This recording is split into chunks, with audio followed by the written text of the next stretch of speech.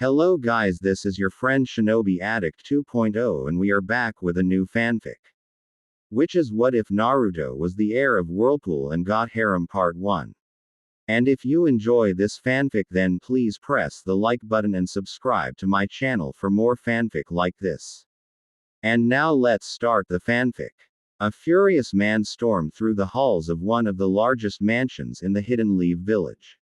That man was Hiashi Hyuga. Hiashi, like all Hyuga, took pride in being a member of the mighty Hyuga clan. As the head of the Leaf Village's most powerful and influential clan, he was a man that valued power, honor, strength, and prestige. Hiashi was a man that had been trained from childhood to control his emotions. However, that wasn't the current situation, as servants and other clan members all but ran out of his way. They couldn't get away fast enough as the man radiated bloodlust, and none of them wanted to set him off lest they become the target of that anger. Hiashi made it to his room and was met with a sight that instantly calmed him and warmed his heart. His wife Hana was sitting in a chair holding his newborn daughter Hanabi, while his eldest daughter Hinata played with the infant's tiny hands and made funny noises for her. Hiashi couldn't help but smile at what he saw in front of him. His wife looked up at him with a loving smile on her face. Seeing the look on her husband's face, she knew instantly that something was wrong. She looked at Hinata and said, "Hinata dear, could you go to the kitchen and ask them to bring some tea and cookies for us?" Hinata smiled and quickly left to do as her mother asked. Once Hinata left, Hana turned toward her husband and asked, "What's wrong?" Quote, Hiashi knew he couldn't keep anything from his wife, so he just told her. "I just came from a meeting with the clan council." After hearing the news, Hana's face grew grim. She knew if he was upset, then something terrible had happened in the meeting. "What did they want?" she asked. Hiashi looked at her, his expression stony, anger easily seen in his eyes. "The council has deemed Hinata unfit to be clan heiress. They have demanded that I name Hanabi as my heir and place the cage bird seal on Hinata and place her in the branch family." There was a silence that he knew wouldn't last. He was right. "What?" Hana screamed in a rage. "How dare they? Hinata is the firstborn and rightful heir to the clan. Hanabi is only 2 months old. How can they ask this?" Quote, Hiashi sympathized. He had asked the very same question himself. "They say that Hinata is not suitable to be clan heir and should be replaced. They see Hinata's kind heart and gentle nature as weakness. They want to take over Hanabi's training when she is older, as well as to find and arrange a husband for Hinata." Hiashi was unable to continue because he was cut off. "They can't do that. Only we can arrange a marriage for her," she said. "I made sure to remind them. They said that if we are unable to find someone worthy of the clan, they will find someone for us." He said the last part with anger in his voice. "They want to rob my eldest child of her birthright and turn my youngest into an emotionless puppet. We can't let them do that," she begged him. "We won't," he said. "We can't change their decision on Hinata. If we try to fight it, I know they will do everything they can to pit them against each other." Hana knew he was right. She didn't like it, but it was exactly what the old fools would do. "But we can keep them from corrupting Hanabi. The Hyuga doctrine states that as her father I get to train her." Hana knew that much was true, at least. Even the council can't go against the clan doctrine. It's what had kept the clan together for so long, if only barley. "For Hinata, all we can do is try to find someone that will be a good husband for her," he said in a sadly. Hana walked to the part of the room where they kept the family pictures. She smiled sadly at the newest one. It was the one taken the day Hanabi was born. "I hear that Sume Inuzuka has been looking to arrange a marriage for her son. I guess we could talk to her," he said, trying to see how he could help his daughter. Hana was not really paying attention. She was still looking at her family pictures. It was then that another picture drew her attention. It was the picture of her genin team. In the picture was a blushing Hana in the middle with a smiling Makoto Uchiha on her left. On her right, with her arm around her shoulder, was her best friend Kushina Uzumaki with a face-splitting grin. Hana missed her friend dearly. When she died, Hana had been devastated. It was then, as she looked at the picture of her lost friend, that the idea hit her. It was like her old friend was sending her a message. Yes, Hana knew what to do, and she would make sure to do it no matter what the cost. Hana, I know this is not what we wanted, but we have no other choice, he said. Hana turned to her husband with a smile. Oh, but we do, she said. Hiyashi didn't like the look on his wife's face. He knew that look meant trouble. What are you talking about? He asked, not sure he wanted to hear the answer. His wife said one word. Kushina. Hiyashi was puzzled. Your old teammate. What about her? He asked. His wife just kept smiling, which made him realize what she was scheming. No, he said in disbelief. You can't possibly be thinking of. Yes, I can. For too long I have been kept from keeping my promise to Kushina, she said with determination in her voice. The Fire Council will never allow it. We tried to adopt him and they rejected us like everyone else who tried. Arranging a marriage with him will be impossible, he said. I have no intention of asking for their permission, she said. Hiyashi looked more confused than ever. But he's a civilian. That means that only the civilian council can make decisions on his welfare, he said, trying to reason with his wife. Not if he's taken back to his family, she said in a serious voice. Hiyashi's eyes went wide as he finally understood what she was really planning, and he felt the unfamiliar grasp of fear on his heart. We can't. It's treason. If the Hokage found out, he won't be able to do anything once the Uzumaki get involved. She snapped. You think they will be able to protect us from being executed for treason? They will probably declare war on the Leaf if they find out we lied to them. He snapped back at her. He knew the Hokage would not just let this go. The third had gone through a lot to keep the boy's heritage a secret. The only reason he and Hana knew was because Hana had been there to help her sensei with the delivery of Kushina's child. The Hokage had told them that they couldn't reveal the child's heritage because it would put him in danger from his father's enemies. He said that secrecy was the only way to keep the child safe and lied to the village and the boy's family by telling everyone that both mother and child died during labor. The only few who knew the truth were sworn to secrecy under the pain of death. They won't. I know Kushina's family. They will help us. We just have to be careful how we let them know, she said. Hiyashi was not so sure. He knew the Uzumaki clan's reputation for ill temper. Are you sure? What if they share Kushina's idea of kill first and ask questions if someone is lucky enough to be left alive? He asked. Hana couldn't help but smile sadly and turned back to the picture. No. Her father and brother are much more level-headed. I spent my summers from the academy with them, remember? I can explain things to the daimyo. It will work out. I know it, she said. Hiyashi thought about what his wife said. It could work, but it would be incredibly dangerous. I will get a squad of branch members to escort you, he began. No. We must do this in secret. I will go and I will only take Hinata with me, she said calmly. You can't. It would draw too much attention. And I will not let my wife and daughter go unprotected, he said, practiced authority in his tone. Hana saw her husband's point. Very well, but I will only take 2 escorts. Any more will make it difficult to travel unnoticed, and we can't let the Hokage know until the Uzumaki get involved. Quote. Hiyashi nodded. I will tell Ko and Hideki to be ready by morning. What do I tell the elders if they ask where you went? Hana thought for a second. Tell them I'm taking Hinata on vacation to Moon Country. They won't think anything of it, she said. Hiyashi knew she was right. The elders would just think she was spoiling Hinata. Very well then. Everything will be ready for you in the morning, he said. With that he left to inform the guards to get ready for the trip.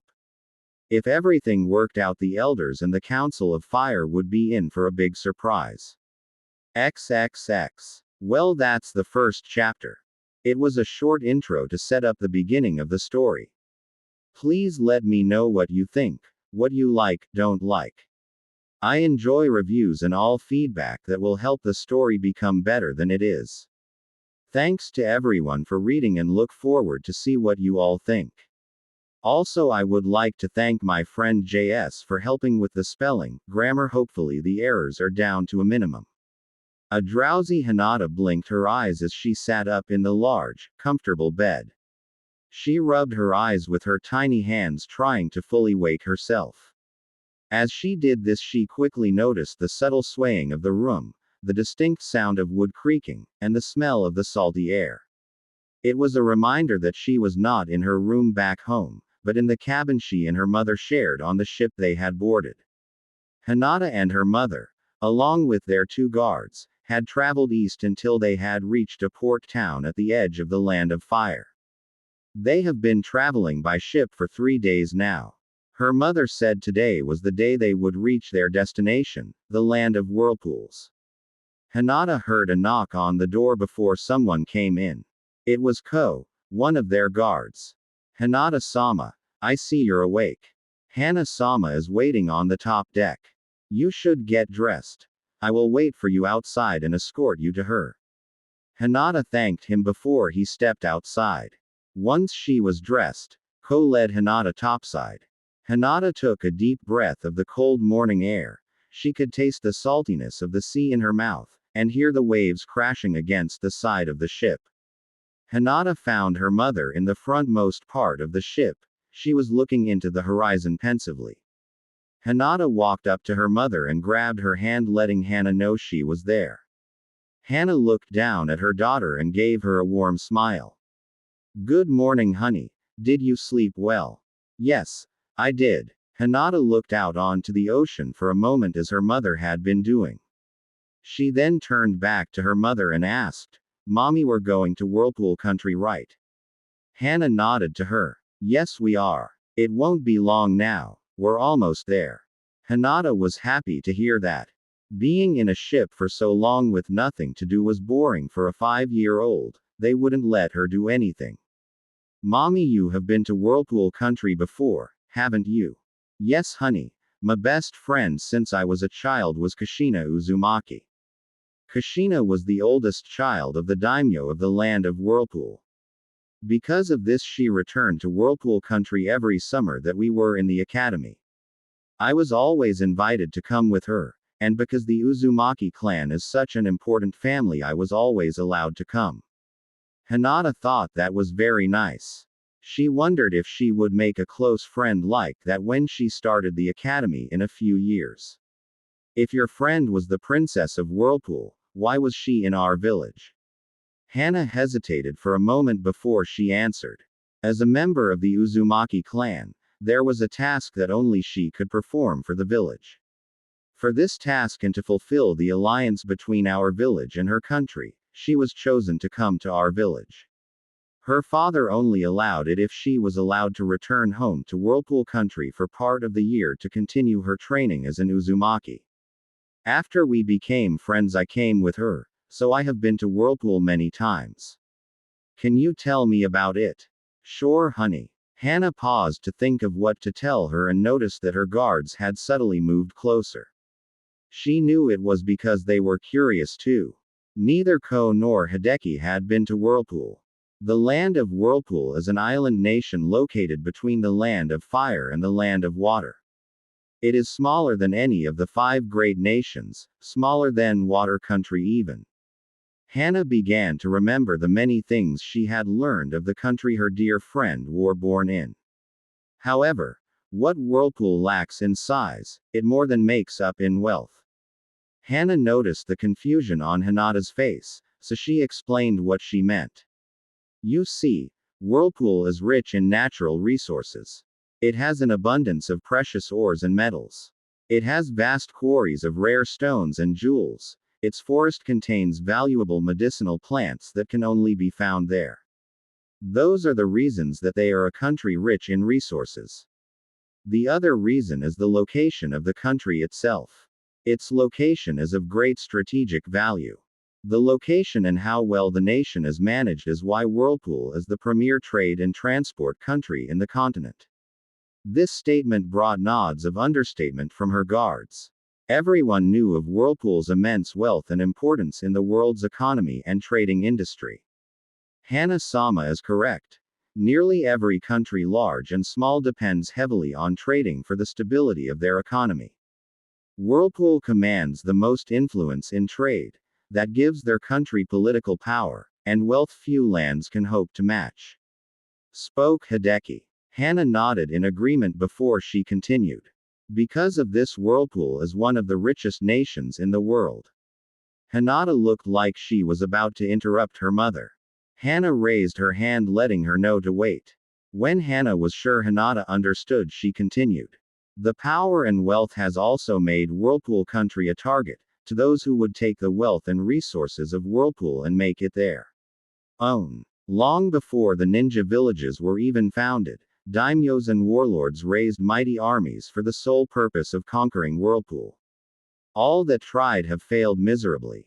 Hinata couldn't hold her curiosity any longer and asked her question. Does Whirlpool have their own ninja village? Hana smiled at her daughter's impatience. Well, no, Whirlpool does not have a formal ninja village like we have at home, but they do have ninja. This answer might have confused most 5-year-olds, but Hinata was Hyuga, as one she learned many things oath. Children did not like the fact that not all ninja came from a ninja village. Whirlpool may not have many ninja, but it has one of the strongest militaries in the world. If it didn't, the country would have been conquered long ago. Hinata looked a little confused about that, so her mother elaborated. Most of Whirlpool's military is made up of samurai. They specialize in the art of the sword. The statement got little reaction from Hinata. She knew little about samurai. Hana noticed the disinterested looks from her guards. In many countries, especially in countries like our own where we have many ninja, samurai are uncommon. This unfortunately has led many, ninja in particular, to seriously underestimate the strength that a trained samurai can possess. Once again, Hana saw a look pass between her guards. They have never met a samurai before. Like many, they believed that ninja are far superior to samurai. But mommy, ninja are stronger because we can use chakra, right? Asked Hinata. Actually, Hinata, that is a very common belief among ninja. They believe that because ninja have the use of genjutsu and ninjutsu, that a samurai is of little threat to an elite ninja from a formal ninja village. Hideki got a smug look on his face. Ko, however, was beginning to think that his lady was going to say that would make them think otherwise.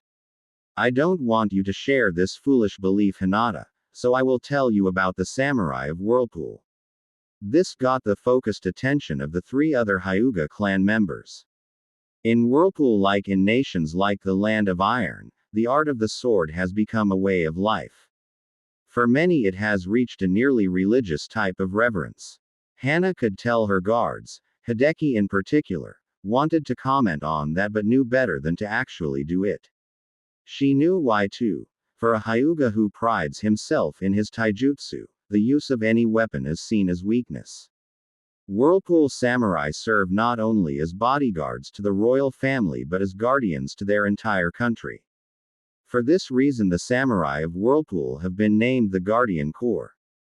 Hinata thought they had a cool name and wanted to know more about them. Are they strong? As strong as ninja? She asked. Like ninja, samurai in Whirlpool go through an academy. They train since childhood to learn the ways of the samurai. A master samurai can be as strong, if not stronger, than any ninja, regardless of rank. This got mixed reactions from the Hyuga listening. Hinata was amazed that someone that couldn't use any jutsu can be that strong.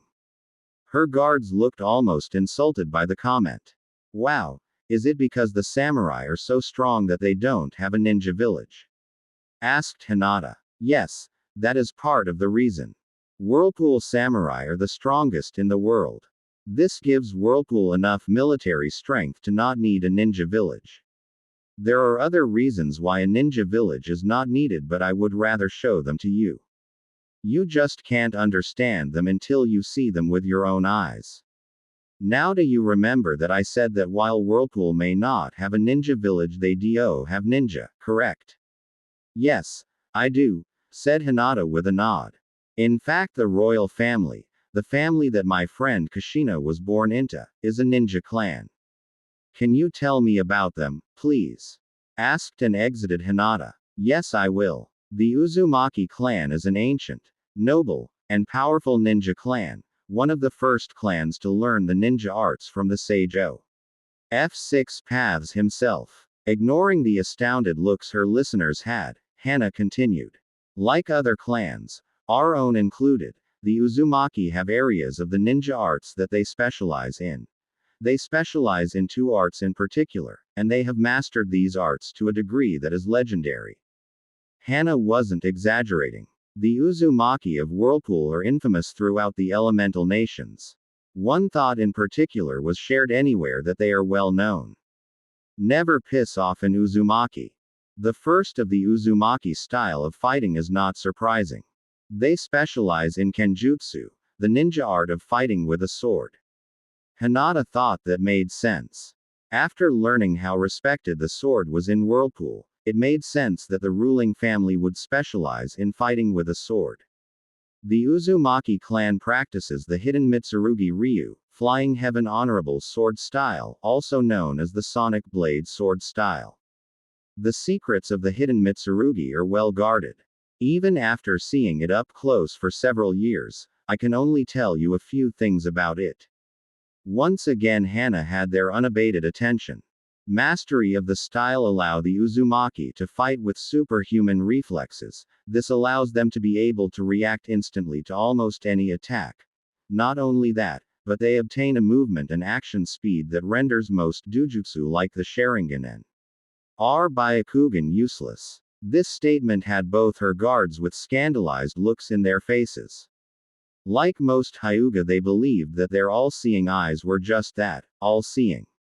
The thought that there was a fighting style that rendered their precious bloodline useless was a horrifying thought. Finally, a master of the hidden Mitsurugi can decipher and predict their opponent's movements and attacks in battle, much like the Uchiha with their Sharingan. Except that the Uzumaki can't copy their opponent's moves, not that they have any need to.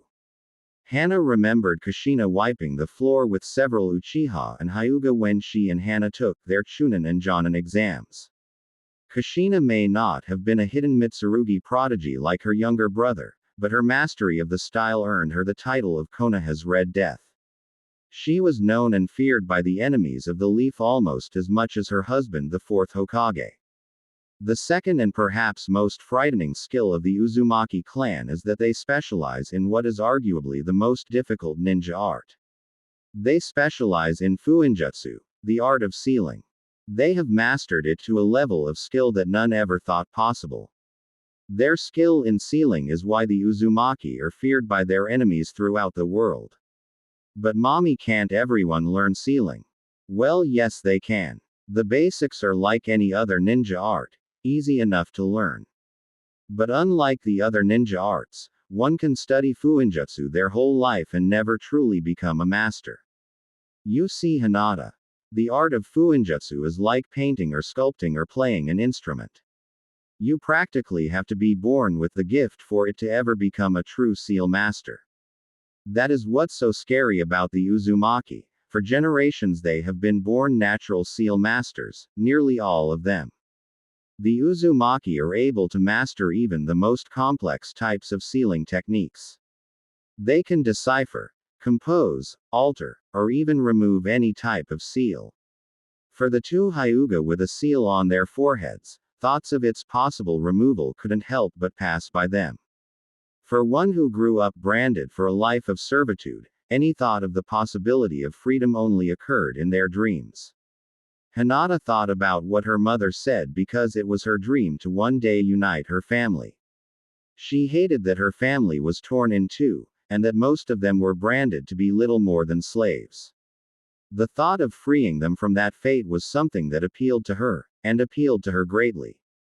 All three were brought back from their thoughts when Hana continued. The use of sealing in battle is one of the many reasons the Uzumaki are so feared in battle. The Guardian Corps samurai have special seals on their armor that protect them from chakra-based attacks. Like the snow ninja in the first Naruto movie but with seals instead of machines. The seals make all type of ninjutsu and genjutsu utterly useless against them. Ko and Hideki understood that without the use of chakra, the advantage of ninja over samurai would be greatly reduced. They now realized that even their own fighting style would be useless against Whirlpool samurai. It's lucky that even with their famous temper, the Uzumaki rarely go to war. Only when foolish daimyos or cages try to take Whirlpool's riches does the Guardian Corps go to battle.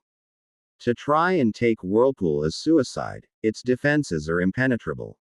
Hana saw the confused, curious looks they all had and smiled. Don't worry, you'll see soon enough. You have to see for yourself to truly grasp how futile it would be for anyone to try and invade Whirlpool. Hana turned to look at the horizon. She knew they would soon be there. It has been years since she has been to Whirlpool, she knew her mission would be difficult. The Uzumaki lost all love for the Leaf Village when Kushina died. If not for Kushina's father's decision to simply abolish the treaty with them as well as banning all Leaf Ninja from his land, instead of going to war, the village would have been destroyed. Kushina had been loved by all of the people of Whirlpool. When word reached them of her death, they blamed the Leaf Village, and they demanded blood. Kushina's younger brother had amassed Whirlpool's armies, and was preparing a fleet to have them march on the Leaf. The Leaf Village was only spared that fate because Kushina's father let go of his grief long enough to settle his son and his people down. From then on, not only were Leaf Ninja banned from the country and the treaty abolished, Whirlpool ceased all trading with Fire Country. The Fire Daimyo had been furious with the village for that. It had been a devastating economical blow to the nation since they now had to go through other lesser and more expensive ways to trade for just about everything they imported to the country. For the last 5 years the Fire Daimyo had been trying desperately to gain the Whirlpool's daimyo's favor. He went as far as to offer one of his daughters for an arranged marriage with Kushina's brother. That offer was refused. Kushina's brother vowed never to marry again after his young wife and son were killed. Hana knew that coming to Whirlpool was dangerous. She hoped they could blend into the crowds and make to the people's palace before they were discovered. If she could get an audience with Kushina's father, she knew she could get him to listen and understand. It would not be easy, but Hana would do what she had to for her daughter's future. She would do it not only for Hinata but for her godson too. She had been denied his adoption by the civilian council, and the Hokage had ordered her to stay out of the boy's life. It's too dangerous for him, the Hokage said. You were too close to his mother. His parents' enemies would find him if they found out your connection to him, he said.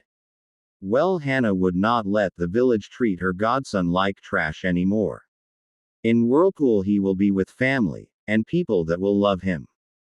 Hopefully Hinata and he will be able to find happiness with each other. For that to happen she had to succeed in Whirlpool first. As Hana saw land appear in the horizon, she couldn't help but worry about what was soon to come. The sounds of the ocean waves and the songs of seabirds greeted the Hyuga when they reached the port. For the 3 members of the group that were there for their first time it was a sobering sight. It was one thing to hear about the amount of trading that Whirlpool did, but quite another to see the world's busiest port with your own eyes. The port that they left from Fire Country didn't come close to the one they just arrived in. There were ships of all shape and sizes. They had flags from many countries, not only from the elemental nations but from the southern and western continents as well. It was as Hana expected. After all, Luka Port is a hub of global trade and commerce. As the Hyuga group walked through the port town, Hana smiled as she saw Hinata's little head whipping from side to side trying to see everything she could. Hana had been much the same her first time, trying not to miss anything. There was lots to see, though not much different than most port towns. There were supply shops and inns, offices for trading companies and bars, restaurants, and stores of all kinds. If there was anything you wanted to buy or trade for, you could get it here. As they walked through the town, Hana felt Hinata stiffen slightly in her arms. She saw Hinata looking at a pair of Guardian Corps samurai patrolling the town. They were large men that wore armor reminiscent of the armor worn by the first and second Hokages, their katanas strapped to their sides. Hana held Hinata a little tighter. "Don't worry, honey. We'll be okay. We're almost out of town." Hinata simply hugged her mother tighter, her eyes never leaving the samurai. Hana knew the easy part was done. Getting to Luca was not the problem. What came after was going to be the hard part. As the group traveled down a busy main road, she spoke to her group. "Everyone, listen up," she said, getting their attention.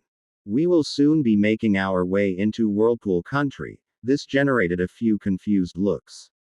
"I thought we were in Whirlpool country, mommy," asked a confused Hinata. "Well, technically we are, honey.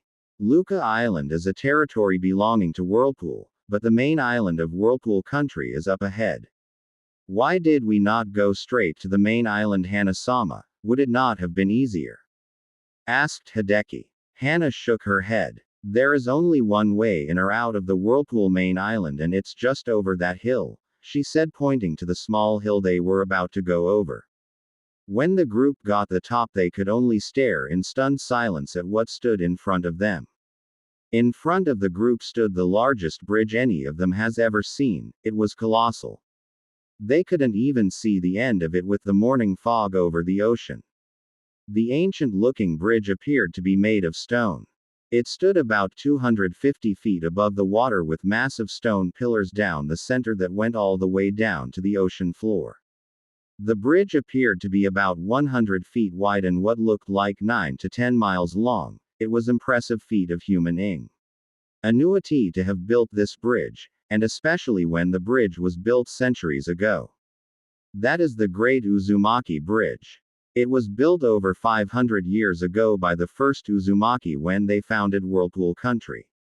"It is the only way in and out of the country," said Hana. "It's so big," said Hinata. "Yes, it is. It's also one of Whirlpool's main defenses against attacks. With the bridge being the only way in, any invading force must use it to attack. It makes defending the country easy since there's only one point of possible attack. No matter how large the bridge may be, it still limits the amount of enemies that can attack the gates of Whirlpool, making it possible for the Guardian Corps to repel the attacks." With that, the Hyuga group followed the large number of people and carriages traveling along the bridge going to and from Whirlpool. When they got halfway across the bridge, Hinata began to hear the sounds of rushing water. It was faint at first but continued to increase in volume as they continued along the bridge. When the sound was loud enough that you had to speak up to be heard, Hana stopped the group and led them to the edge of the bridge near the railing. "This, Hinata, is where Whirlpool country gets its name." Hana then pointed down towards the ocean. For the second time of the day, her fellow Hyuga were speechless. Down on the ocean surface were a chain of enormous whirlpools that encircled the entire area, probably the entire island. Hideki now knew why they couldn't go directly to the main island. If those whirlpools surrounded the island, then there was no way any water-based vessel would get anywhere near the island. Any that were foolish enough to try would see their vessel torn to shreds as the whirlpools sucked it to the ocean floor. "Wow! It's amazing!" exclaimed and exited Hinata. "The whirlpools are the reason why this bridge is the only way in or out of this country. They don't look like a natural phenomenon," commented Ko. "Well, I'm not sure. They didn't look natural to me either. Kushina told me when we were younger that according to her family, the whirlpools were created by the founder of her clan." "Really, mommy? How did he do it?" Quote. Kushina said that in order to protect his people he used the power of his sword, one of the legendary elemental swords, the Arashi, the Sword of Storms. He used the power of the sword to create the whirlpools to defend the island from invaders. But the sword was destroyed in the process. Kushina said that the strain of the power used to create the whirlpools shattered the great blade into 3 pieces. The shards of the sword now rest in the Garden of Life. It's a sacred place in the center of the people's palace. Have you seen the sword, mommy? I'm afraid not, honey. The Garden of Life is a sacred place that only a member of the Uzumaki clan can enter. I may have been a very close friend, but even so, I was never allowed to enter that holy place. Kushina said it's where the founder of the Uzumaki clan is buried. The sword rests upon its master's grave. Kushina said it is the most beautiful place ever created by the hands of men, from what she described. Bed of it to me, I suppose it is. I wish I could see it one day, said Hinata. If all goes well, you will someday, thought Hana. We are almost to the end of the bridge, the gates will soon be in front of us and the most dangerous part of our mission will begin. We must blend in with the crowds and not bring attention to ourselves. Under no circumstances are you to use chakra, not even for your Byakugan, am I clear? Why not, mommy? Because Hinata, the Guardian Corps have seals that detect any chakra use inside the walls of Whirlpool. It's imperative that we are not discovered until we reach the People's Palace. How will we get past the gate without being discovered? Asked Hideki. Because of the size of the gate and the amount of people that go through them every day, it's impossible to stop every person that passes through. If we go in with a large group of people, they won't look twice at us. Inside, however, there will be a large samurai presence. We need to be careful. We will need to travel fast and not do anything that will get us noticed. That's why we are not wearing our headbands. We wouldn't get 100 feet within Whirlpool with them on. As they traveled with a large group of merchants from Moon Country, the Hyuga group finally saw their destination. The large gates and the high walls of Whirlpool stood in front of them. The walls that surrounded the city were over 100 feet high with defense towers on either side of the gate. It was a very defendable position with archers walking along the walls and samurai guarding the gates. As they walked, some of the merchants in their group began to talk with each other. So those are the famed death gates of Whirlpool, huh? That's them all right. So why do they call them that anyway? Quote, because death is all you'll find if you attack 'em, that's why. Oh, is that so? Don't you know? No army has ever set foot within those walls. They got the name during the First Great Shinobi War. From what I heard from my grandfather, the first Mizukage tried to attack Whirlpool while the Leaf was busy fighting the Cloud and Sand. I take it that it didn't go well. The merchant laughed before he continued. The Mist Ninja got slaughtered. They brought all their strength, nearly 4,000 ninja of all ranks. But because of this bridge, their numbers were no advantage. With the Guardian Corps outside the gates and the archers raining arrows down on them from the walls, they could do little else but get killed. Didn't the ninja use jutsu? Oh, I'm sure they tried. But the walls and the gates are covered in seals that protect them from just about any ninjutsu. After 4 days and heavy losses from both sides, the Whirlpool daimyo activated the powerful defense seals on the gates. My grandfather didn't know what they actually did, but it ended with every single Mist Ninja dead. Every single one. Surely there was some survivors. Nope. They were killed down to the last man. Damn.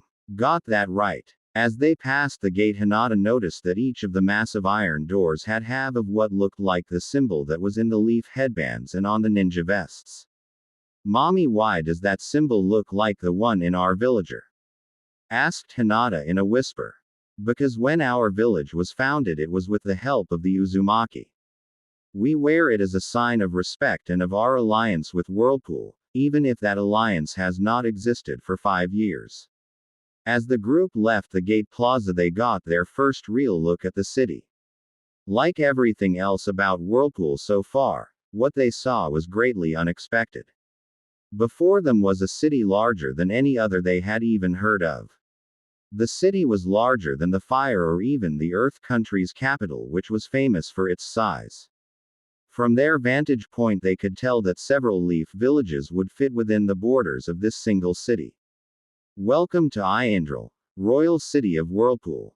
I have never heard of such a large city, said Hideki. Yes, unfortunately, people focus so much on Whirlpool's wealth and possible military that a lot of their culture is missed. The reason Iandril is so large is because it's the only major city in the country. Whirlpool has small cities and villages, but it has no other major cities. I see. Is that our target? Inquired Hideki, pointing to the largest and tallest structure in the center of the city. Yes, that's the People's Place. It's the home of the royal family as well as the Guardian Corps. It's a city within a city. The Guardian Corps Academy, training grounds and barracks are there. If we can get there, I can request a meeting with the daimyo. I'm sure he will see me if we can get there. Let's go. Hana felt nostalgic as she led her group through the city. She had spent a lot of time in this metropolis with Kushina. Together they had explored the area and even played a few pranks on some of the people. Being here reminded her of her friend and of how much she missed her. Hana was still friends with Makoto, but she was never as close to her as she was with Kushina. Kushina had been the one to inspire and encourage Hana to be her best. She helped her break out of her timid shell and become the woman she is today. Kushina had been the sister she never had. Hana had been so busy thinking about the past that she was startled when Ko spoke to her. Hana-sama, we are being followed, he whispered urgently. Ko was right. It was subtle, but they were being followed. No matter where they were never out of sight of the samurai. The group walked slightly faster but discovered quickly that no matter where they went, their path was blocked. No, we are so close, we can't be stopped now, thought Hana. She was thinking of what they could do when they found themselves boxed in at an empty plaza. They had been herded there. Now they were surrounded by samurai on every side. Ko and Hideki flanked Hana and Hinata and took their taijutsu stances, ready to fight. I suggest you stand down, Leaf Ninja, or we will be forced to subdue you, said one of the samurai. With an unspoken signal, all samurai unsheathed their swords simultaneously. Just as it looked like this was going to end in unavoidable bloodshed, a voice cracked through the air. Samurai, stand down. We do not draw our blades on women and children, a chill voice echoed from the shadows. Samurai parted, and from the shadows of an alley a man stepped out, keeping his face hidden from the Leaf Ninja. Unlike the other samurai, he did not wear armor. Instead, he wore an elegant red and white kimono and a long white coat with blue trim and the kanji for kenjutsu on his back, a single sword strapped to his hip. Imagine one of the coats the captains on Bleach wear, as that is what I was thinking. You should not have come here, the man said as he stepped out of the shadows.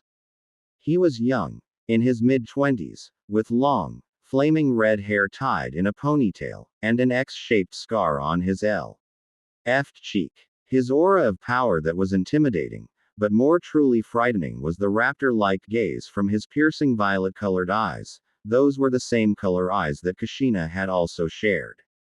This was Kushina's younger brother, Kenshin Uzumaki, High Commander of the Guardian Corps. Only his father outranked him. One of the samurai stepped forward and spoke. Kenshin-sama, we caught these Leaf Ninja trying to sneak into the city. Yes, though I cannot imagine why they would even try, especially someone that knows our city so well. Hana knew that this would be the only chance she got. I came to speak to your father. My father has neither the need nor desire to speak to a Leaf Ninja. You came here for nothing. You don't understand. No, he said forcefully. It is you who doesn't understand. You are no longer welcome in this country. Be thankful that I don't use your trespassing as an excuse to attack your miserable village. Only because you have a child with you and what you once meant to my sister will you be allowed to leave in one piece. He then turned to the samurai that had spoken earlier and said, Escort them to the port and make sure they are on the next ship out of here. I will not suffer their presence in our land. Yes, sir. It's about Kushina. Kenshin turned around in an instant and shot a death glare that made a shiver run down the spine of every Hyuga. How dare you speak her name in front of me? He said with killer intent rolling in waves. Get them out of my sight. Now. As the samurai moved to grab them, Hana called out. The spiral still lives among the leaves. That stopped Kenshin in his tracks, as Hana had intended. Kushina would always tell her little brother that no matter how far from each other they were, he should always remember that as long as she lived he would always have family that loved him, and that the spiral of Whirlpool lived among the leaves. You have gone too far, Hyuga. If this is a sick trick, I swear on my life and the lives of my family that I speak the truth. It is the reason that I came to speak to your father. Kenshin stared into her eyes, probing for deception. After what seemed like forever, he said calmly, take them to my father. I will go ahead and let him know that you're coming. Without another word he turned and left. Hana breathed a sigh of relief as they were escorted to the people's palace. XXX. Hana and the Hyuga had been escorted by the samurai directly to the people's palace. Without delay, she and Hinata stood in front of the doors to the throne room waiting to be let in. Ko and Hideki were being held as guests in another room. This was it. This is what they have come to Whirlpool for. Hana was confident that she could reach an agreement with Kushina's father but was still very nervous, so much was rating on the success of this meeting. The daimyo will see you now, announced one of the samurai guards as he opened the door to the throne room. Hana walked in with Hinata next to her, holding hands tightly. She could tell Hinata was scared but was trying not to show it. Hinata knew how important it was to keep up appearances, especially in front of important political figures. Hana got a feeling of déjà vu as she walked through the room she had been in so many times during her youth. Like other times before, Kushina's father sat at the end of the room on an elegant throne of silver and gold covered with precious stones and jewels. It was the throne that every Uzumaki daimyo had ruled from since the founding of Whirlpool. Kenshin stood at his father's side. Unlike her brother, who had changed a lot in the 5 years since Kushina's death, her father looked exactly as Hana remembered him. Genryusai Uzumaki has the appearance of an old man. He looks much older than the third Hokage, though he is only older by a few years. He has the violet eyes commonly shared by the Uzumaki clan, and a long white beard that reached almost to his waist.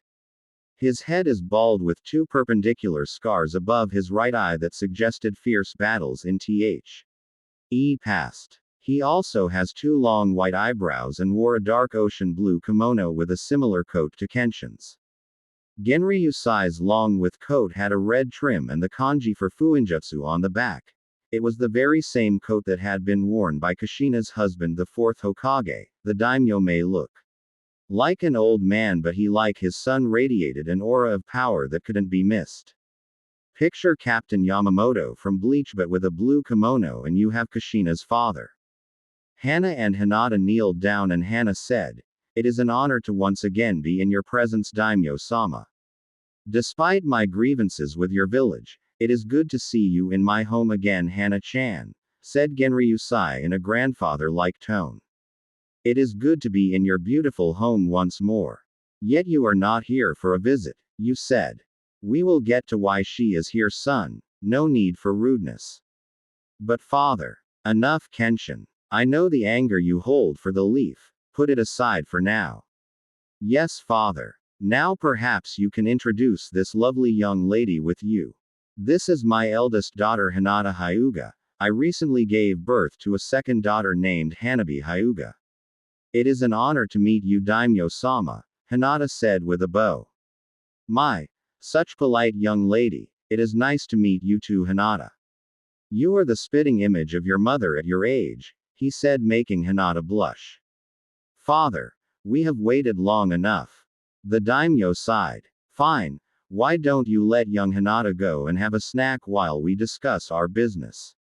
Though Hinata was reluctant to leave her mother's side, Hana convinced her that it would be okay.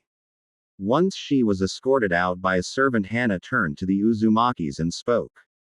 I have come here without the knowledge of my village or my clan, with the exception of my husband.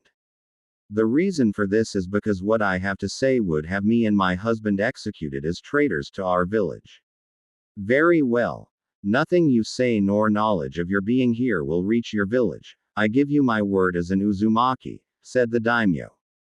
Hana knew that what she was going to say next would either save her daughter or destroy her village. 5 years ago you were told that Kushina, her husband, and their unborn son were killed during the nine-tailed fox's attack on our village. Quote, are you saying that was a lie? Is that why they refused to deliver my sister's body? Asked Kenshin in a tone that promised vengeance if it was true. I wish it was, but no, Kushina and her husband are gone. And the child? Did my grandson perish with his parents? No, your grandson is alive and. What? Why weren't we told? How dare you? Quiet, Kenshin, said the daimyo in an imperial tone, his grandfatherly attitude long gone and now replaced by a steeled mask of controlled emotions. Let her finish. I don't know why you were not told, but we were told that the child's heritage must be kept secret until he is old enough to protect himself from his parents' enemies. The few who know of the child's parents have been told to keep it a secret under penalty of death. Quote, so the child is in your care then? Asked Genryu Sai. Hana hesitated before she said, no. Then which clan took charge of him? None. The Hokage forbade any of the clans from fostering him. Then where has my grandson been raised for the last 5 years? He has been at one of the village's civilian orphanages. What? Screamed Kenshin, but he was cut off by the massive wave of bloodlust that radiated from his father. Are you telling me that your village all but kidnapped my grandson from us, just so he could be left to rot in an orphanage like a commoner? My grandson, my beloved daughter's son, a prince of Whirlpool, in an orphanage. Spat Genryu Sai, his powerful frame shaking in rage. And you didn't do anything about it. You who were to be his godmother, you who Kushina considered a sister in all but blood, my sister would curse you from her grave if she knew you have betrayed her so. Quote, let her speak, son, because what she has to say will determine not only her own fate, but that of her village. Now tell us, what reason could Sarutobi have to lie to us? Why would he risk the destruction of his village to keep my grandson hidden from us? Quote, I believe the reason he was kept from you was because in his last act, his father Minato sealed the nine-tailed fox within his own son. I believe that the Hokage knew you would demand custody of the child, and for some unknown reason he refused to lose him. Quote, some unknown reason. It's obvious that he plans on turning my sister's son into a weapon like the other villages do with their own Jinchuriki. If that's the case, then the Leaf Village will burn for this treason, said Genryu Sai. Please, I beg you not to punish the village for the mistakes of our leaders. With all its faults, Kushina still loved the village with all her heart. She died to protect its people. To turn around and destroy it would be an insult to her sacrifice. You expect us to do nothing? Asked Kenshin incredulously. No. I also want my godson out of that horrid place. And I have a way to do it without bloodshed, she said, pulling out a sealing scroll. I have here a betrothal contract signed by myself and my husband, as well as by Kushina and Minato. My husband and I have never been able to make its existence known because of the Hokage. We can't call for it to be activated without suffering the Hokage's wrath, but if you demand it when collecting your grandson, he can't do anything about it or prove you had anything to do with it. Yes, we can say that my daughter sent us the contract for safekeeping. And now that we've discovered the Leaf's lie, we want the contract activated. Yes, you can demand his custody and activate the contract, which will form an alliance with the Hyuga clan. Yes, your clan and not the Leaf Village. That will give my family protection from the Hokage. After all, he won't be able to retaliate against us without risking a conflict with the Uzumaki. Very well, Hana-chan, we will do it your way, for now. But if Sarutobi gives me reason to, I will punish the village for their treachery. Hana knew that with the Uzumaki it was as good as it was going to get. She agreed and began to tell them her plan. When she was finished and was leaving to get Hinata, Genryusai spoke to her. Hana, what is my grandson's name? Quote, his name is Naruto. Naruto Uzumaki. Naruto Uzumaki. A fine name indeed. Had been 3 weeks since Hana and her group had returned to the Leaf Village, and neither her clan nor the Hokage had any idea of what was coming. Hana was sitting in the garden of the Hyuga compound with little Hanabi in her arms while she watched as Hinata played with the flowers. Without Hana ever noticing, a figure seemed to materialize from the shadows of the wall behind her. An emotionless voice spoke to her. It begins today. Hana whirled around, activating her Byakugan. She tried to find the source of the voice, but the person had vanished. She knew what the person meant. It was why she was holding Hanabi closer than before. She knew the future of her family will soon be decided. Hana was confident her plan will work, but there was no way to be certain. It was out of her hands now. She had done all she could. All that remained was to wait and see what the future will bring. XXX. Hiruzen Sarutobi, third Hokage of the village hidden in the leaves, was sitting in his desk after finishing today's unusually small amount of paperwork. He was reading a small orange book written by his student without a care in the world, thinking his day couldn't get any better. Too bad fate was a real bitch. As Sarutobi was enjoying his favorite piece of literature, a loud knock sounded on the door and his little orange book vanished so fast that if you had blinked, you would have missed it. Yes, come in, he said as he assumed his Hokage pose. I thought I said that I was doing important business and was not to be bothered, irritated as his assistant came in. Lord Hokage, one of the Anbu you sent to the border patrols is requesting to see you. He said, it's urgent, sir.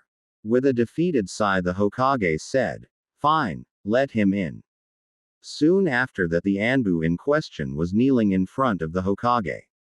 Lord Hokage, I have urgent news that you need to hear.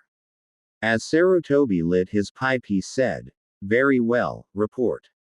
My lord, as my team and I were performing a routine border patrol, we heard talk of a large fleet being spotted of the coast of Fire Country. The information didn't seem very reliable, but my team and I checked it out anyway. As we patrolled the coast near the land of waves, we did in fact spot a large fleet of ships anchored just off our coast. The Anbu hesitated, as if almost afraid to continue. We saw a large number of samurai mobilizing and preparing to march, so they were preparing to march towards the eastern road, which means their only possible target. As the Leaf Village, did you see who they belong to? And how many samurai are we talking about? How long till they reach the village? Sarutobi asked. In his heart he knew the answers but wanted to make absolutely sure. With a slight hint of fear, the Anbu answered the Hokage. The samurai bear the crest of Whirlpool. I don't have exact numbers, but I would say they are 2,000 strong at least, maybe more. Unopposed, they will be here in 2 days. Quote. Sarutobi calmly say his pipe down. I see. Contact every member of the council. Tell them we have an emergency meeting. Sir, one last thing. The Batosai himself is leading them. I saw him with my own eyes, sir. Go. Now. The Anbu left immediately in a swirl of leaves. The Hokage snapped his fingers and a young-looking Anbu wearing a crow mask appeared in front of him. You called Lord Hokage? He asked in a monotone voice. Itachi, find the boy and take him to my home. You are to remain there until I say otherwise. Let no one see you. Let no one anywhere near him until I get there. Do you understand your mission?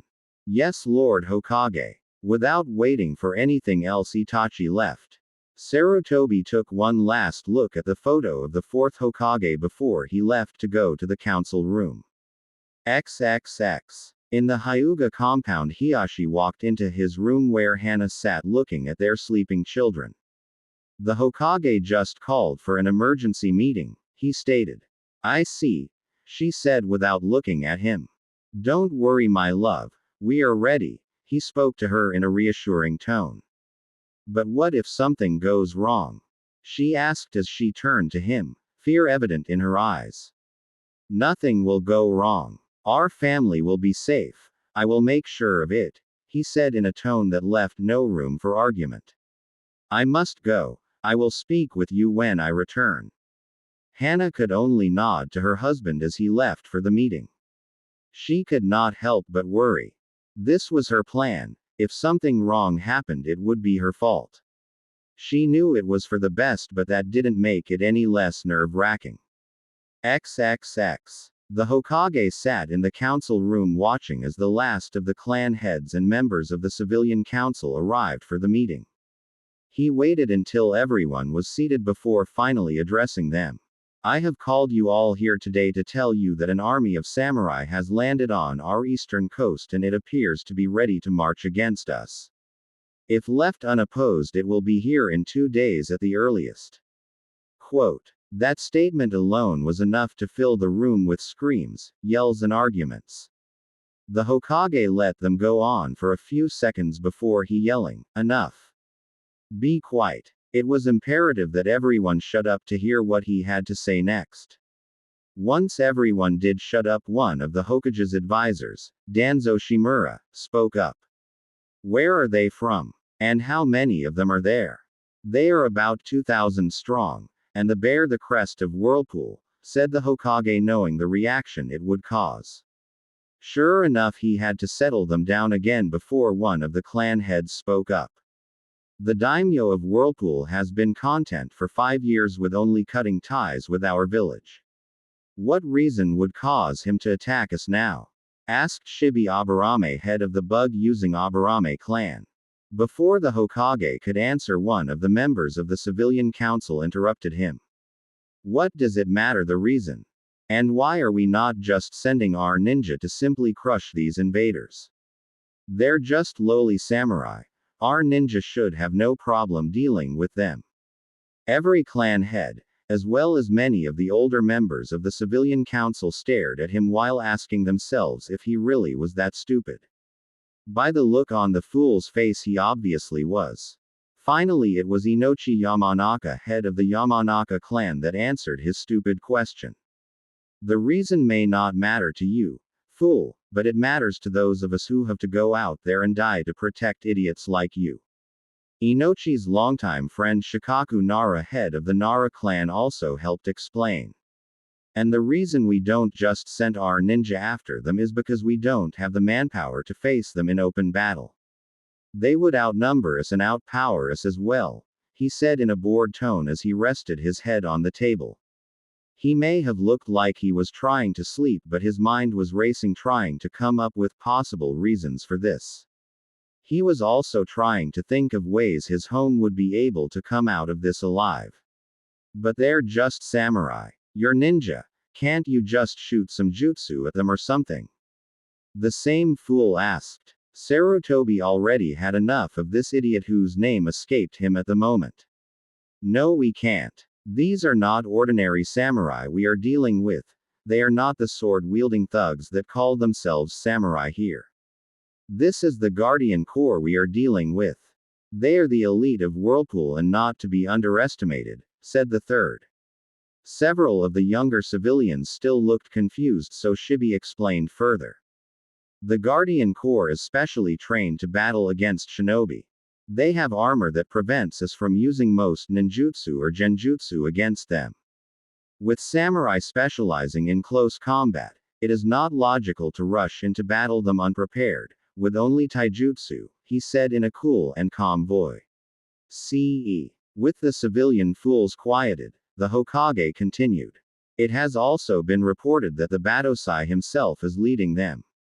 As Sarutobi expected, this news made the blood drain from the face of every ninja in the room, They all knew how powerful that man was. Others apparently didn't know, hence the next stupid question from a pink-haired woman. Tsuyuki Haruno didn't know who they were talking about or why he was a big deal. Who is this Batosai? I never heard of him. And what does it matter if he's leading them? I'm sure someone like Hokage-sama or Uchiha-sama can take care of him, she said, looking at both men with a clueless smile on her face. While Fugaku Uchiha, head of the Uchiha clan and leader of the ninja police, just ignored the useless woman, the Hokage just shook his head in disbelief at the woman's stupidity.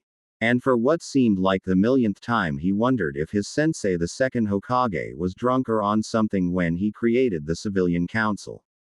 I'm afraid that is not the case. I'm an old man, and if I'm honest with myself, I doubt that even if I was in my prime, that I would be a match for a member of the Roku Kyoshu *, said the Hokage. Roku Kyoshu? Asked one of the civilians. The Hokage nodded. Yes, the 6 Great Masters. They are a group that is recognized as the masters of their respected fields. Each of them wears coats of the masters as proof of their power. Quote, what do you mean by that, Lord Hokage? Asked another civilian. There are 6 coats that are said to have been made by the Sage of 6 Paths himself. He presented these coats to his original 6 disciples, each who specialized in one of the 6 great ninja arts: ninjutsu, genjutsu, taijutsu, kenjutsu, senjutsu, and fuinjutsu. Since the creation of the ninja arts, these coats have been passed down from master to master. There are only 2 ways for the coat and title of master to be passed down. Either by the current master of a field to willingly pass the title, or by someone stronger killing the current master and claiming the coat by force. The seriousness of the situation finally sank in for most of the civilians in the room. And many were suddenly very scared. Surely we have someone that can fight him. We have powerful ninja, don't we? Asked a scared older man. Sarutobi didn't know if he should just lie to them. He decided to remain truthful and told them, the only one who might be able to face him would be Jirai. Yeah, he isn't here, and we can't be sure that he can get here on time. It was an annoyed Danzo that spoke next. And whose fault is it that both our remaining Sannin are out of the village? If you didn't let them do what they. It wouldn't matter if he was here, came to regal voice of Hiyashi Hyuga, speaking for the first time. As everyone's attention was directed at him, he continued. In all of his life, Kenshin Uzumaki has only failed to win one fight he wanted to win. Even then, his opponent was only able to fight him to a draw.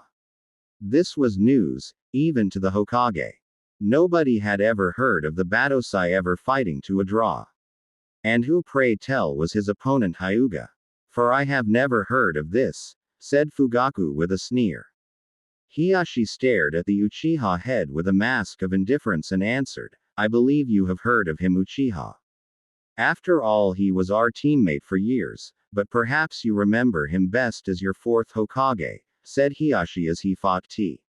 Oh, keep his mask. The Uchiha really pissed him off. The stunned silence in the room was broken by the Hokage. Minato fought the Batosai. When? And for what reason? And how is it that only you know of this? Quote, I know because my wife and I saw the fight with our own eyes. The reason nobody knows is because it is not common knowledge. And the reason they fought was for the hand of Kushina. They fought for Kushina's hand. Asked Sume Inazuka, head of the Inazuka clan. Yes. When my wife and I accompanied Minato to ask for permission to marry Kushina, her father said it was tradition for anyone wishing to prove themselves worthy of marrying an Uzumaki, to show it by proving their strength in mortal combat. Kushina's younger brother did not feel Minato was worthy to marry his sister and gladly volunteered to be the one to test him. They both fought with everything they had, and in the end the daimyo stopped the fight before they killed each other. Naturally, the daimyo gave Minato his blessing to marry his daughter, much to the frustration of his son. That revelation only really brought home for everyone in the room just how strong the man leading the attack against their village truly was. None of them could go toe to toe with the fourth, and they knew it. As Shikaku would put it, the whole thing was troublesome. Before further discussion could take place, a Chunin ran inside the room, getting everyone's attention. Lord Hokage, a group of samurai has been spotted a few miles outside the village. This surprised and worried several people in the room. They thought they had some time to prepare for the attack. How many? Asked the Hokage in urgency. 12 samurai are escorting a carriage. They are less than 3 miles from our northern gate. A carriage? Asked a council member. He was clearly confused. Yes, a carriage with the flag of Whirlpool and the royal crest of the Uzumaki clan. This had the council trying to figure out what it could possibly mean. Could it be a trick? Or some diversion? While the discussion was going on, a second Chunin came in the room with a note. He ran and gave it to the Hokage. After he read it carefully, he spoke to the room full of nervous council members. I received this note from our northern gate. It says that the carriage belongs to the Whirlpool daimyo. That caused a big shock. It was almost unheard of for the Uzumaki daimyo to leave his country. It says that he has requested a meeting with the Hokage and the village council. If we refuse, there will be no other chances for discussion until the leaf has been destroyed. No sooner had he finished than the room exploded into chaos.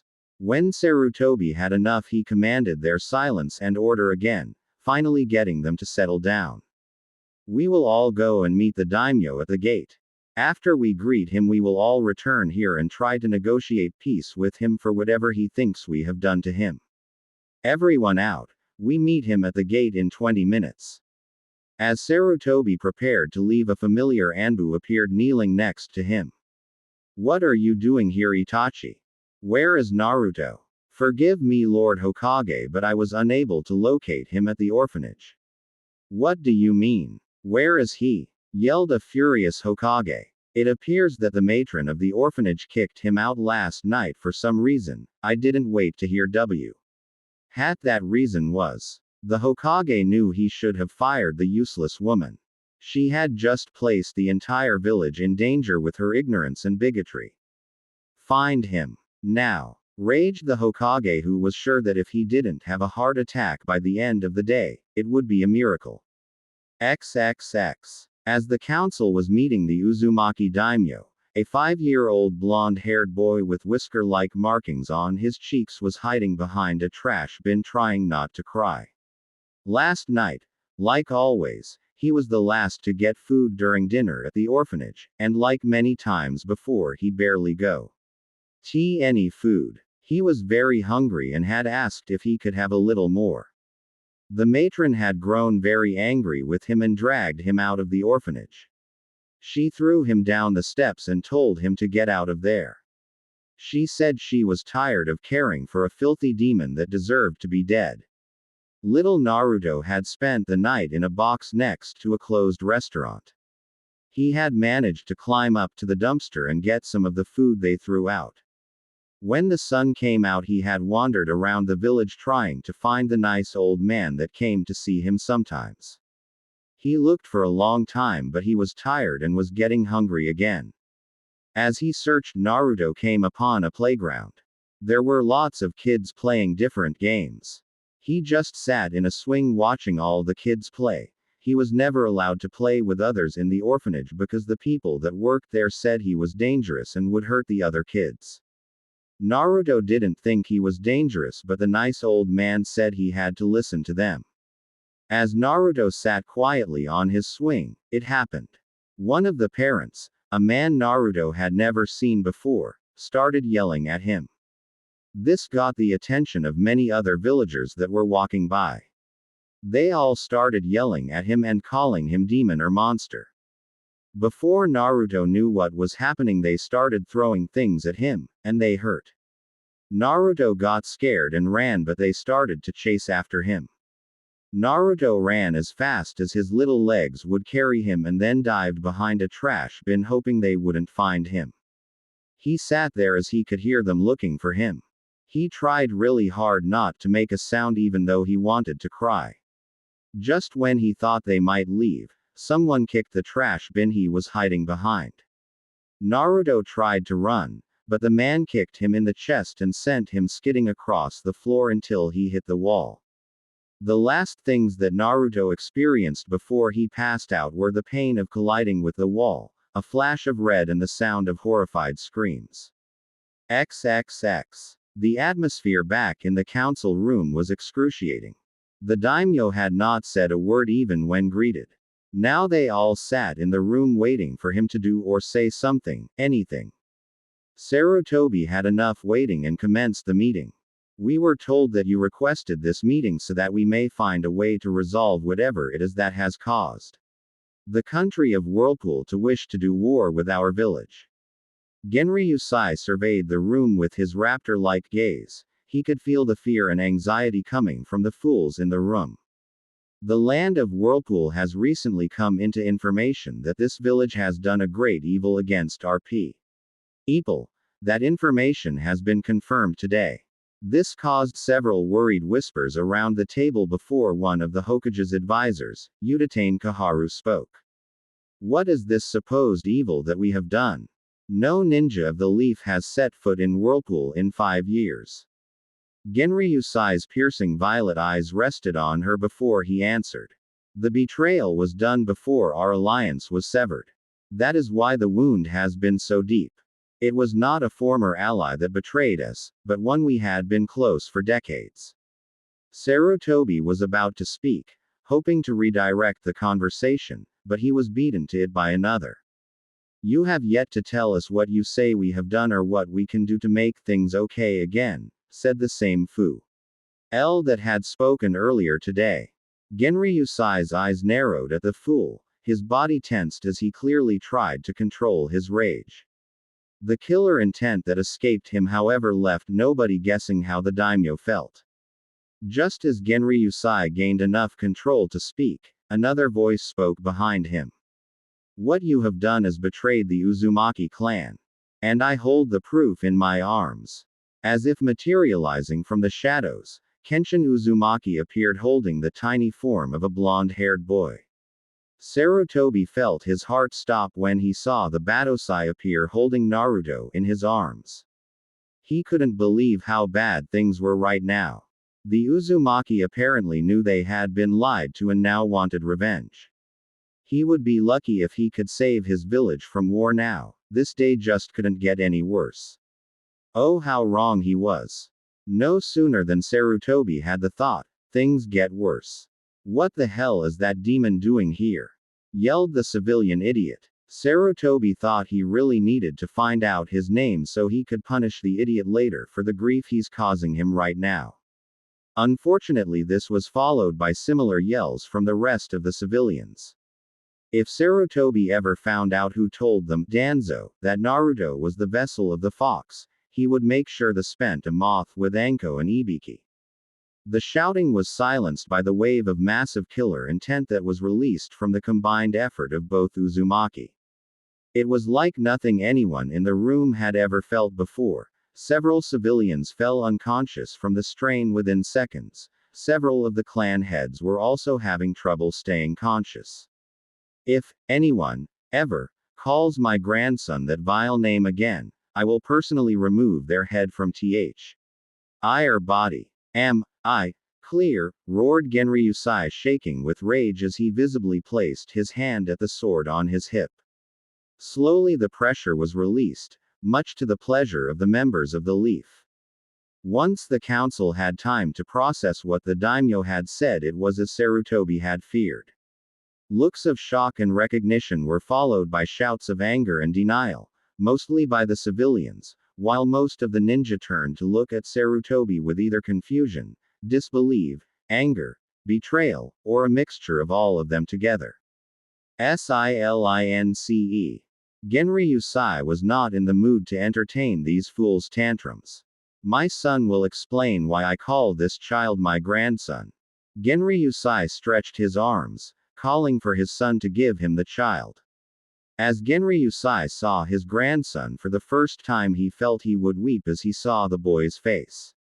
The boy may have his father's hair, but his facial structure was defiantly his mother's. Of course, once the initial shock passed, Genryusai noticed the cuts and bruises the little boy had all over his face and body. He was also clearly malnourished and weighed far less than a healthy boy his age should have. Genryusai felt his rage began to rise again before his son placed his hand on his shoulder, letting him know to calm down. It was a rare experience to be the one who needed to be calmed down, especially with his son of all people being the one to calm him. Kenshin glared at the room, letting them know to keep their mouths shut as he spoke. As you all know, the Uzumaki clan specializes in sealing techniques. As such, we have developed many specialized type of seals. One such seal is a blood analysis seal.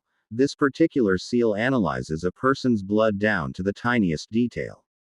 With this seal we can know, among other things, without a shadow of a doubt, if someone belongs to a specific clan or family.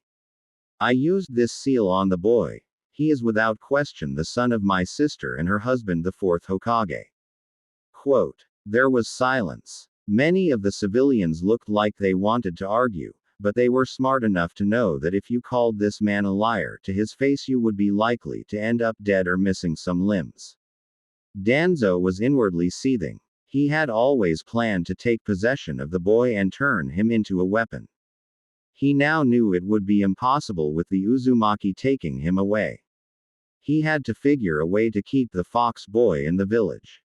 If what you say is true, I can assure you that it was not made known to the council, he said, deliberately looking at the Hokage. Had it been known to us, he would have been treated as his proper station dictated.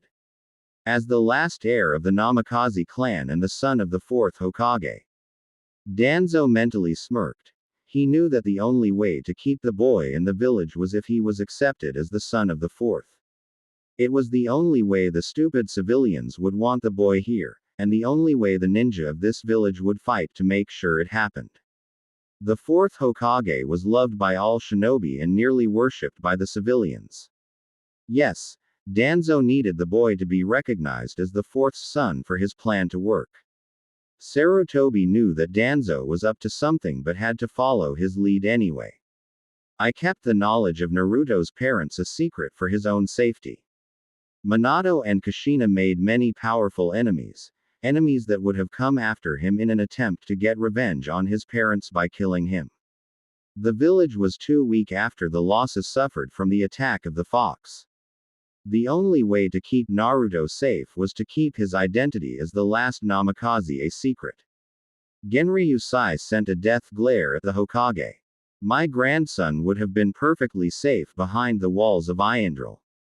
You had right to keep him from us. I am sorry. I made a promise to Minato that I would make sure his son would be safe. Sarutobi felt older than ever as he realized that he had not done a very good job of watching over Naruto. I know I have made mistakes. I have tried to do my best, but I'm far from perfect. All that I can say is I am sorry for the mistakes I made, but I did what I thought was best at the time. It was a glaring Kenshin that answered Sarutobi. Your mistakes will cost you dearly. Look at how I found my nephew, he spat out, pointing to Naruto, who was covered in cuts, bruises and dirt. I found him being attacked by a mob of your people. He's only 5 for Kami's sakes. Quote. Sarutobi's face paled at hearing that. Several of the ninja council looked pissed while Danzo was seething at the civilians' stupidity. It would be nearly impossible to get the Uzumaki to leave the boy here now. The Hokage tried to reassure the Uzumaki. I can you that those responsible will pay for their actions. They already have, and they paid with their worthless lives, said Kenshin in an icy tone.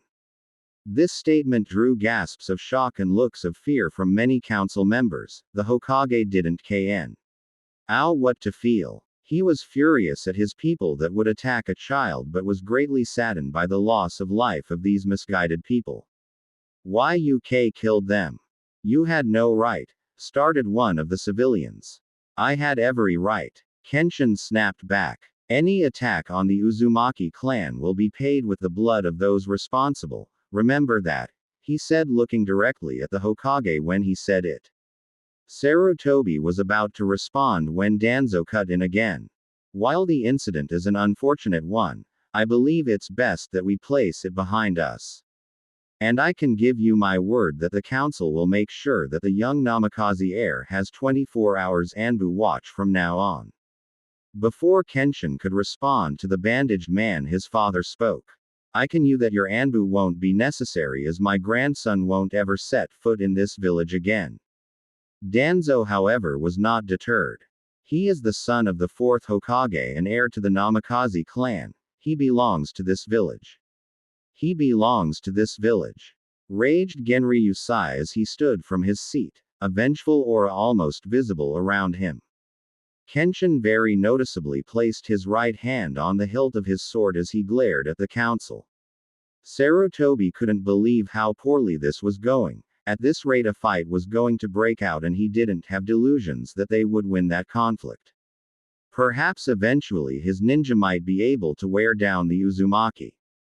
He had some powerful Jonin after all, but the damage 2 members of the Roku Kyoshu would inflict on the village would be devastating. With their samurai on the way, Sarutobi knew he had to prevent a fight with the Uzumaki. Please forgive Danzo for his foolish mistake. He obviously misspoke and meant that Naruto belonged in this village. After all, it's what his parents wanted. They both wanted their son to be a ninja of this village. Or would you really deny your daughter's and her husband's last wish? Asked Sarutobi. While Danzo was pissed that Sarutobi made him look like an idiot, he had to give him some credit. Playing at the Uzumaki's honor was smart. No way would they deny the last wishes of Kushina go unfulfilled. I'm afraid that at this moment I have no choice but to ignore my daughter's wishes, said Genri Yusai. I do not trust your village with the safety of my grandson. Damn this stubborn fool, thought Danzo. Then he had an idea and went for it. You don't have a choice. International law states that the father's clan has the higher claim to the child.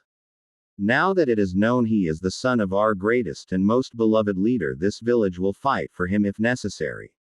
Both Uzumaki mentally smirked at this. This was exactly what they wanted to happen. If it's a call for war that the Leaf wants, Whirlpool will be happy to answer. For 5 years I have held my people back, but no longer. My army will lay waste to this village, that I guarantee all of you, said Genri Yusai with such conviction that left little doubt to any in the room that it would ha.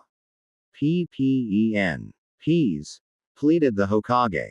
I'm sure none of us wants to start a war over this. I'm sure we can find some way to compromise. There will be no compromise, Sarutobi.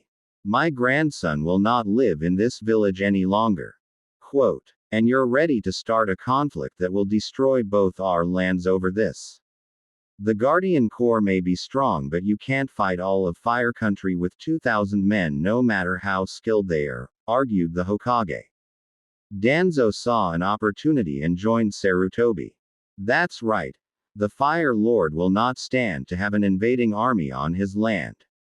You would not only fight the Leaf Ninja but the Samurai Legions of Fire Country as well, and they alone outnumber you over 10 to 1. Quote. The Leaf would also have the aid of our ninja allies.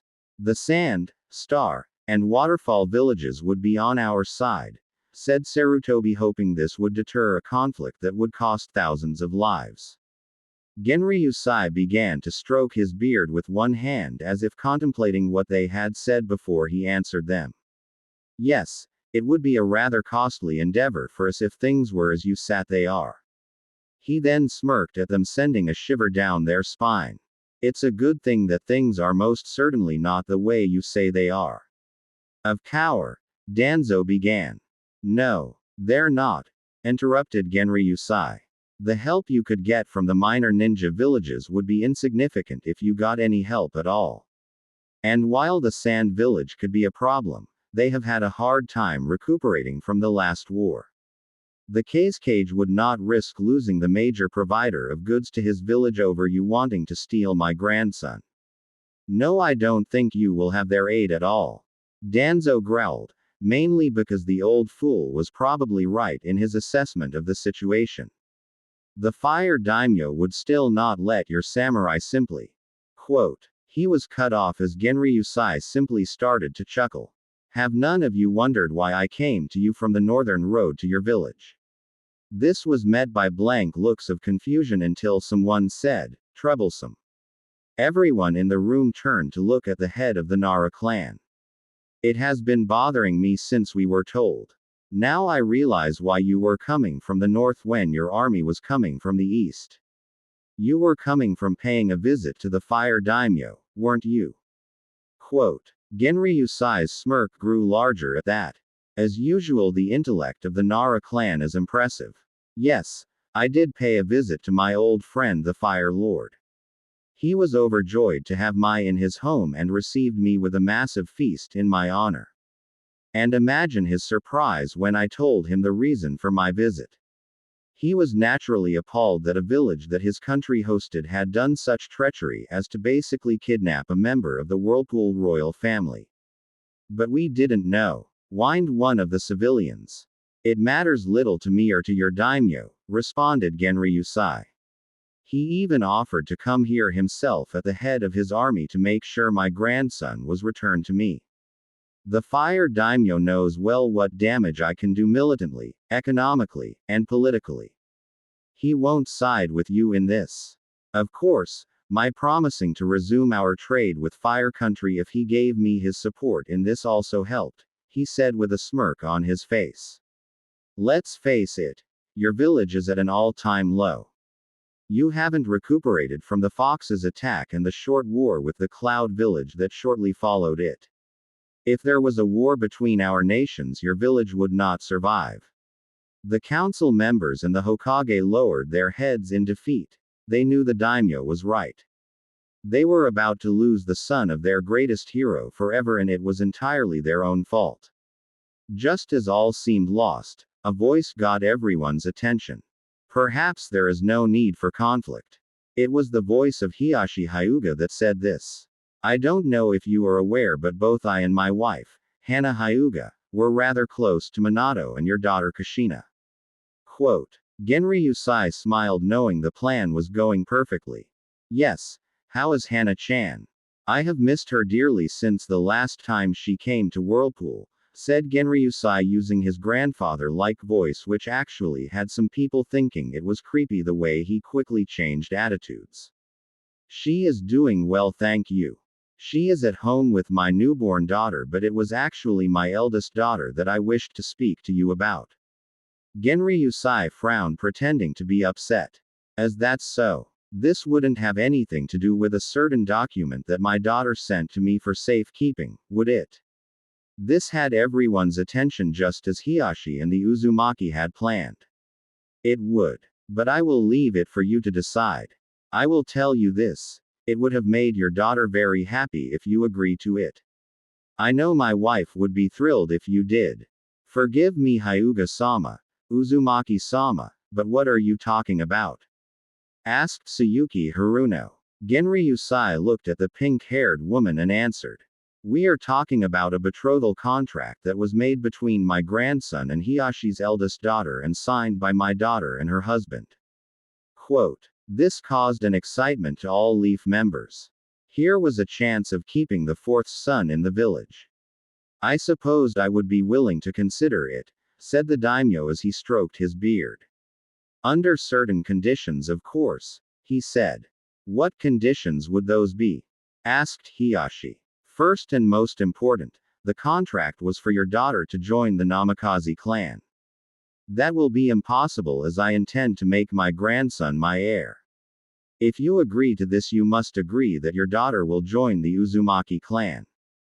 Before Hiashi could answer, Danzo interrupted. He is the son of the fourth Hokage. He is by birthright the heir on the Namikaze clan. And you have a healthy son able to pass on your family name. My son has forfeited his right to the line of succession. He has sworn an oath never to take a wife again. As such, I have the right to choose another as my heir. I choose my grandson, Naruto Uzumaki, as the heir of Whirlpool. Your own daimyo has accepted my choice. I believe it was in the hopes of arranging a marriage with my grandson and one of his granddaughters. But I made no promises. Then perhaps a different arrangement can be made, said Fugaku Uchiha.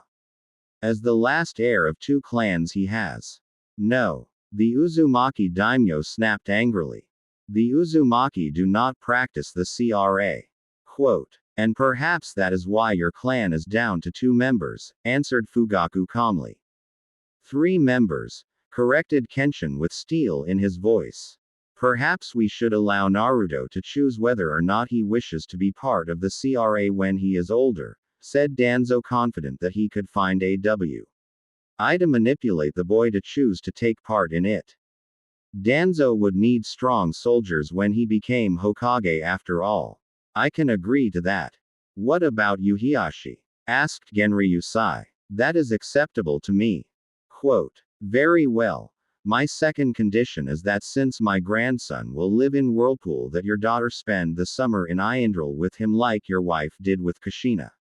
That is acceptable if it can wait until she starts the academy, answered Hiashi. Agreed. Forgive me for interrupting this discussion, cut in Sarutobi. But I believe it's only fair for young Hinata and both of Naruto's parents that he too spends some time in the Leaf Village. It was both of his parents' wishes that he became a ninja in the service of his home. The Leaf Village is no longer his home.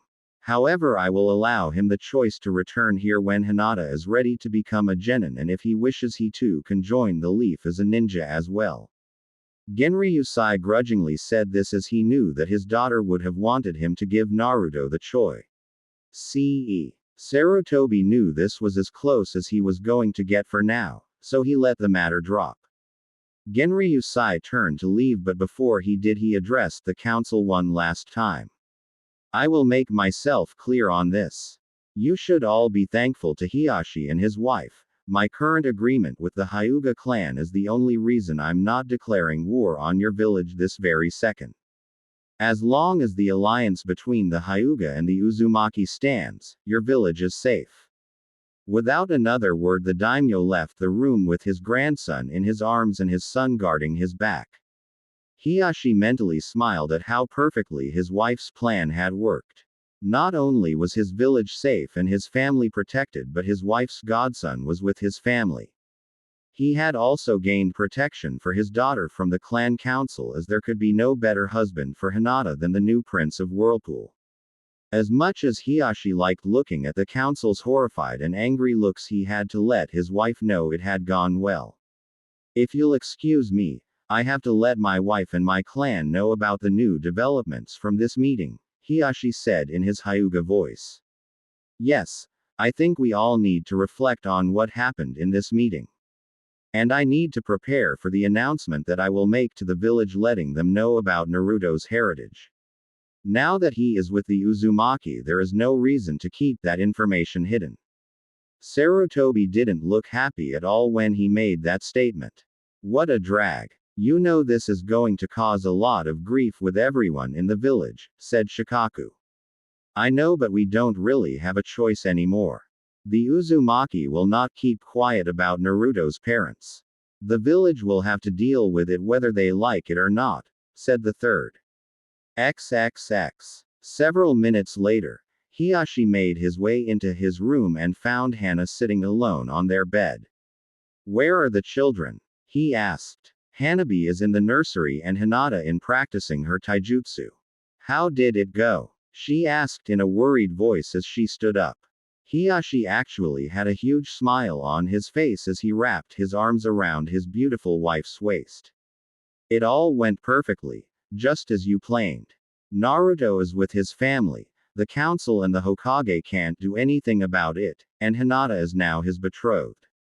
Hana wrapped her arms around her husband's neck and kissed him hard. That great. When do we tell the elders? And Hinata, when does she meet Naruto? I will tell the elders the news in a meeting tonight. Hinata, I think we can wait to tell. I think the daimyo wants some time to get Naruto accustomed to the life in his new home before Get tells him about his responsibility to Hinata. My guess is that Genryusai wants to wait at least 2 years until just before Hinata starts the academy until we tell them about their arranged marriage. Yes, I suppose that's for the best. At least our daughter gets a couple more years to just be a little girl. I'm very happy that all went well. All we can hope now is that the children can find love with each other. Hannah's voice then turned from happy to one with worry. What about the cage bird seal? The elders will want to place it on Hinata immediately. Hiyashi's smile grew to a full-out smirk. Don't worry about that. I have some bad news for the elders if they think they will be placing that abomination on my daughter. I was unable to do anything for my brother or his son, but I will save my child from that fate. Hannah hugged her husband closer. She knew how much it pained him that his brother had sacrificed himself for him. Hannah thanked Hizashi for the sacrifice every day. She had done her best to help Neji, but every day the boy grew colder and more he spoke about fate. Hannah would have to try harder to help her nephew, not only for him but for her husband as well. Only the future would tell what fate had waiting for everyone. Hannah would just have to wait and see. XXX. Asterisk, the idea for the 6 great masters belongs to Toshiyamazawa from his story Naruto, Batosai of Konoha. So that's it for this chapter. I know some of you were expecting to have me do the 3rd Hokage as an evil bastard. And I was really tempted to do it too, but I just couldn't do it. I don't think the guy had it in him to be evil. I think he was an old man that honestly tried to do what he thought was best for the village. Unfortunately, what was best for the village ended up being the worst possible thing for Naruto, at least so for my story. Next chapter, Naruto will finally meet his family and will reach his new home.